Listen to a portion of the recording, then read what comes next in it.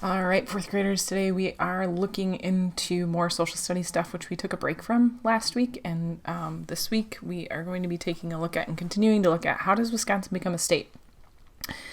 Because during the beginning of this chapter that we started, we weren't a state, we were just talking about the land that we now call Wisconsin. And slowly but surely we're becoming a state. And one of the things that the U.S. government has and wants them, the people that are living in Wisconsin that want to become a state, is they need more Americans, white people, essentially at this time, whether we agree with it or not.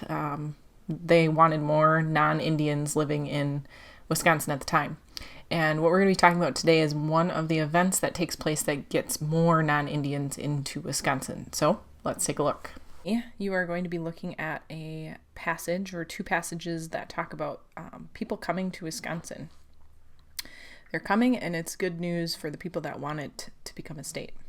Have you ever heard of the gold rush in California, where everyone rushed over there to go and get as much gold as they possibly could?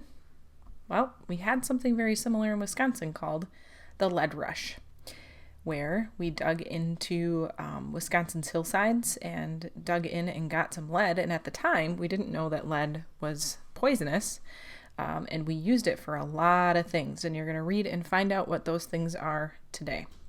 So where in Wisconsin did we find this lead? We found it in the western upland region, specifically down here in the southwest part of the state. And the reason for that is because that's where the glacier didn't touch. If you guys remember back to the glacier unit, we learned that the glacier didn't knock down all of those big rock formations, and so that is where they found lead.